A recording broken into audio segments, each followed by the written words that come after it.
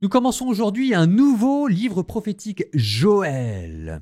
Joël ne prend pas comme point de départ une coalition internationale ou une guerre ou un grand empire assyrien ou babylonien. Non, le point de départ de Joël est une catastrophe naturelle, un fléau de sauterelles.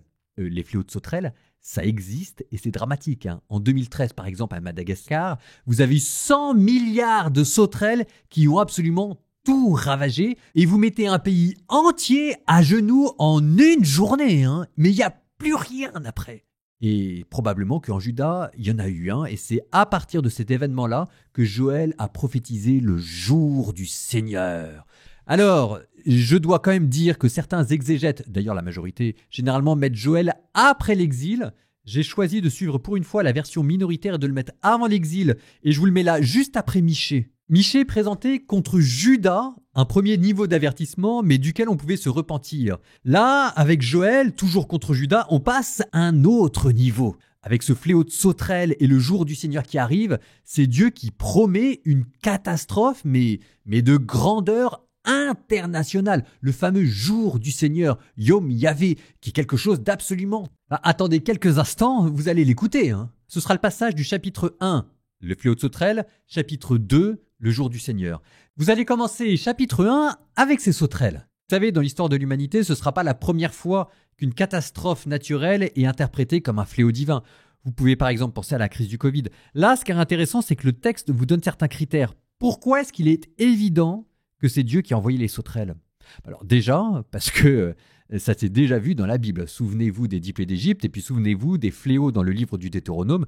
Dieu a prévenu que si jamais le peuple ne suivait pas ses commandements, il enverrait des fléaux type les sauterelles. Mais ici, en plus, vous regarderez comment Joël présente ces sauterelles. Les sauterelles sont présentées ici comme un fléau ordonné. Les sauterelles ne viennent pas par hasard, elles arrivent par vagues successives et elles détruisent méthodiquement toute la nourriture. On a l'impression qu'il y a quelqu'un derrière, il y a une logique. En fait, Joël le présente comme étant le moyen que Dieu a utilisé pour attirer l'attention de tout le monde. Il attire l'attention des fermiers, qui n'ont plus rien à vendre. Il attire l'attention des prêtres, qui n'ont plus rien à offrir. Il attire l'attention du roi, qui ne peut plus lever d'impôts. Le pays est à genoux, Et c'est à partir de ce fléau de sauterelles, ce que le criquet a laissé, la sauterelle l'a dévoré, ce que la sauterelle a laissé, la chenille l'a dévoré. Joël chapitre 1 verset 4, on va passer au jour du Seigneur. Les sauterelles, c'est le tremplin à partir duquel Joël parle du jour du Seigneur, et ces sauterelles qui deviennent une armée implacable. Comme l'aurore, un peuple nombreux et puissant s'avance. Il n'en a jamais existé et après lui, il n'en existera jamais plus. Cette armée est tellement puissante, tellement implacable, tellement méthodique que c'est comme les sauterelles. C'est pas possible qu'elle soit purement humaine. Il y a quelque chose d'autre derrière qui la guide. Vous allez voir, ça va même prendre des dimensions cosmiques cette affaire. Citation de Joël, le soleil et la lune qui s'obscurcissent. Les étoiles qui perdent leur clarté. Ce qui engage Juda engage la terre entière et même engage, le mot n'est pas dit, mais engage déjà les armées célestes. Donc là, vous avez Joël il est tellement génial qu'il invente carrément un genre littéraire, Il va être repris par Isaïe, il va être cité par Jésus, et même dans le livre de l'Apocalypse, ces sauterelles vont devenir un fléau divin. Ce sera repris dans Apocalypse chapitre 9. Des sauterelles qui ont des dents de lion, des cuirasses de fer, un rugissement comme des chars de guerre, et qui sont dirigés par un ange appelé Abaddon.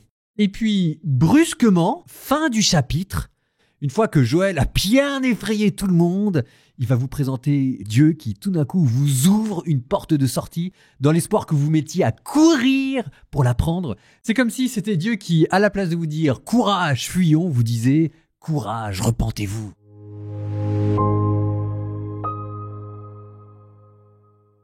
Parole du Seigneur adressée à Joël, fils de Pétuel. Écoutez ceci, les anciens. Prêtez l'oreille, tous les habitants du pays. Cela s'est-il passé de votre temps, ou même du temps de vos pères ? Cela, racontez-le à vos fils et à vos fils de leurs fils, et vos fils à leurs fils, et leurs fils à la génération qui suivra. Ce que laisse la chenille, la sauterelle le dévore. Ce que laisse la sauterelle, le criquet le dévore. Et ce que laisse le criquet, Le grillon le dévore. Réveillez-vous, ivrognes, et pleurez. Tous les buveurs, lamentez-vous sur le vin nouveau, car il s'est retiré de votre bouche. Oui, une nation est montée contre mon pays.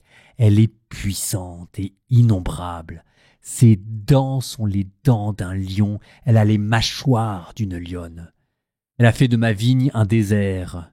Mon figuier, elle l'a réduit en pièces, l'a écorcé, abattu, ses rameaux ont blanchi. Soupire comme une vierge vêtue de toile à sac, pleurant l'époux de sa jeunesse. On a retiré offrandes et libations de la maison du Seigneur. Ils sont en deuil, les prêtres au service du Seigneur. Les champs sont ravagés, la terre est en deuil, le froment est ravagé, le vin nouveau fait défaut, l'huile fraîche est tarie. Soyez consternés, laboureurs, vignerons, lamentez-vous à cause du blé et de l'orge, car elle est perdue, la moisson des champs. La vigne a séché, le figuier est flétri, le grenadier comme le dattier et le pommier, tous les arbres des champs ont séché, et la joie a disparu de chez les hommes. Prêtres, mettez un vêtement de deuil et pleurez. Serviteurs de l'autel, faites entendre des lamentations. Venez, serviteurs de mon Dieu, passez la nuit vêtus de toile à sac, car la maison de votre Dieu ne reçoit plus ni offrande ni libation. Prescrivez un jeûne sacré, annoncez une fête solennelle, réunissez les anciens et tous les habitants du pays dans la maison du Seigneur votre Dieu, criez vers le Seigneur, « Ah, jour de malheur !» Le jour du Seigneur est proche, il vient du puissant comme un fléau. N'est-ce pas sous nos yeux que la nourriture est retirée, que la joie et la jubilation s'éloignent de la maison du Seigneur ? Les graines se dessèchent dans la terre, les silos sont en ruine, les greniers démolis, le froment a séché, comme il gémit le bétail. Les troupeaux de bœufs sont inquiets car ils n'ont plus de pâture, même les troupeaux de brebis sont touchés. Vers toi, Seigneur, je crie, car un feu dévore les pâturages du désert, une flamme consume tous les arbres des champs, les bêtes sauvages soupirent aussi vers toi. Car les cours d'eau sont à sec, et un feu dévore les pâturages au désert. Sonnez du cor dans Sion, faites retentir la clameur sur ma montagne sainte, qu'ils tremblent tous les habitants du pays, car voici venir le jour du Seigneur. Il est tout proche, jour de ténèbres et d'obscurité, jour de nuages et de sombres nuées, comme la nuit qui envahit les montagnes, voici un peuple nombreux et fort. Il n'y en a jamais eu de pareil, et il n'y en aura plus dans les générations à venir. Devant lui, un feu dévore, derrière lui, une flamme consume, devant lui, le pays comme un jardin d'Éden, derrière lui, un désert désolé. Il n'y a rien qui lui échappe. Son aspect est l'aspect des chevaux. Comme des coursiers, il s'élance. C'est comme le bruit des chars bondissant au sommet des montagnes, comme le bruit des flammes, un feu qui dévore le chaume, comme un peuple puissant rangé en bataille. Devant lui frémissent des peuples. Tous les visages ont perdu leur éclat. Comme des braves, ils courent. Tels des guerriers, ils escaladent le rempart. Chacun va son chemin, ils ne quittent pas leur voie, ils ne se bousculent pas l'un l'autre, chaque homme va sa route. Ils foncent à travers les projectiles, sans rompre les rangs. Ils se ruent dans la ville, ils courent sur le rempart, ils escaladent les maisons, ils pénètrent par les fenêtres comme des voleurs. Devant lui, la terre tremble, le ciel est ébranlé. Le soleil et la lune se sont obscurcis et les étoiles ont retiré leur clarté. Le Seigneur a donné de la voix devant son armée. Ils sont nombreux, ces bataillons. Il est puissant, l'exécuteur de sa parole. Il est grand, le jour du Seigneur, et très redoutable. Qui peut l'affronter? Et maintenant, oracle du Seigneur, revenez à moi de tout votre cœur, dans le jeûne, les larmes et le deuil. Déchirez vos cœurs et non pas vos vêtements, et revenez au Seigneur votre Dieu, car il est tendre et miséricordieux, lent à la colère et plein d'amour, renonçant au châtiment. Qui sait? Il pourrait revenir. Il pourrait renoncer au châtiment et laisser derrière lui sa bénédiction. Alors vous pourrez présenter offrandes et libations au Seigneur votre Dieu. Sonnez du cor dans Sion. Prescrivez un jeûne sacré, annoncez une fête solennelle, réunissez le peuple, tenez une assemblée sainte, rassemblez les anciens, réunissez petits-enfants et nourrissons, que le jeune époux sorte de sa maison, que la jeune mariée quitte sa chambre. Entre le portail et l'autel, les prêtres, serviteurs du Seigneur, iront pleurer et diront « Pitié, Seigneur, pour ton peuple ». N'expose pas ceux qui t'appartiennent à l'insulte et aux moqueries des païens. Faudra-t-il qu'on dise « Où donc est leur Dieu ?» Et le Seigneur s'est ému en faveur de son pays. Il a eu pitié de son peuple. Le Seigneur a répondu à son peuple en disant « Voici que je vous envoie le froment, le vin nouveau et l'huile fraîche. Vous en serez rassasiés, jamais plus je ne ferai de vous l'opprobre des nations. Celui qui vient du nord, je l'éloignerai de chez vous. Je le chasserai vers un pays aride et désolé, son avant-garde vers la mer orientale, son arrière-garde vers la mer occidentale, et sa pueur qui s'élève, son infection s'élèvera. Oui, il a fait de grandes choses. Ô terre, ne crains plus, exulte et réjouis-toi, car le Seigneur a fait de grandes choses. Ne craignez plus, bêtes des champs. Les pâturages du désert ont reverdi, les arbres ont produit leurs fruits, la vigne et le figuier ont donné leur richesse.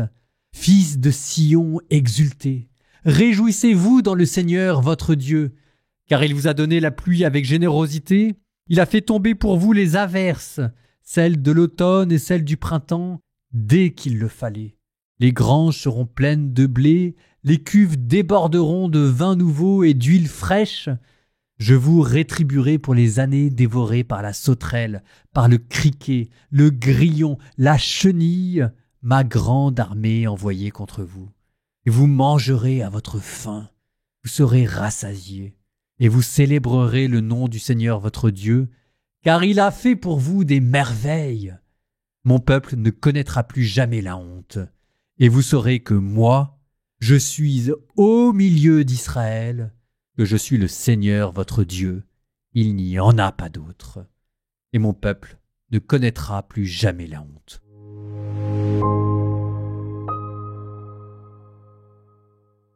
Avant de terminer par notre prière, je vous rappelle une ou deux choses que vous avez vues dans ce chapitre. Dieu qui, malgré les apparences, vous ouvre des portes de sortie.